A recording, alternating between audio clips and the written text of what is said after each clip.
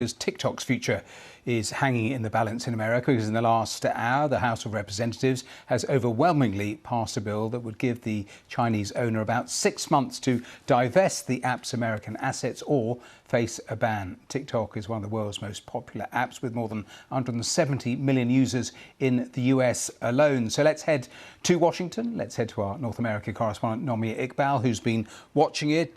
Just start, because I know we've had the vote in the last hour, but just give us a flavour of the sorts of contributions before they voted, because American politics is riven with partisan politics, but here there is much more bipartisan agreement, isn't there?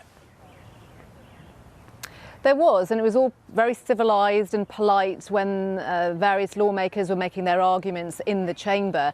As you said there, it was passed by an overwhelming amount. It was Republican leaders that really fast-tracked this bill through. So just to give you the numbers, 352 to 65 voted for it to be banned. Of course, that's not the end of it, Matthew. The next step is for it to go through the Senate, where it'll probably face a much tougher passage, if it will even get there. But President Biden has said if it does get to the Senate and is passed, he will sign it into law.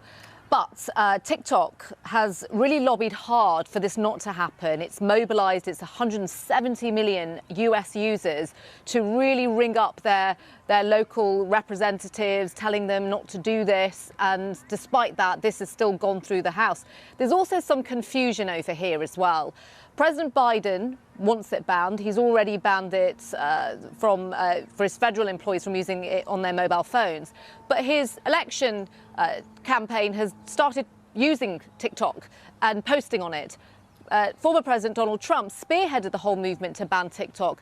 Recently, he flip-flopped on it, saying, well, actually, it's difficult to ban it. So I think there's a sense that they both know, obviously, we're now into the general election campaign season, that they're going to alienate lots of young voters, millions and millions of teenagers who use TikTok. But as I mentioned, this is not the end of it. The next step would be the Senate.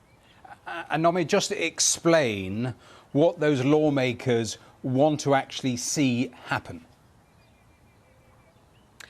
They want to see the company that owns TikTok, ByteDance, to either sell up to somebody else or they will just ban it outright.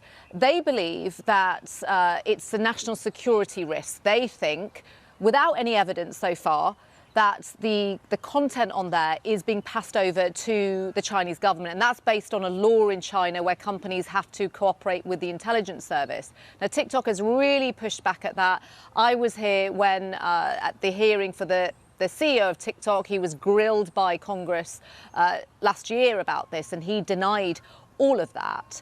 And so they're saying, look, we have this big firewall in place, which walls off any information from US users. And so all that information actually just remains in the US in servers here. But that's not convinced lawmakers, as we've seen today. Nomi Iqbal there on Capitol Hill. Thanks very much for that. Thank you.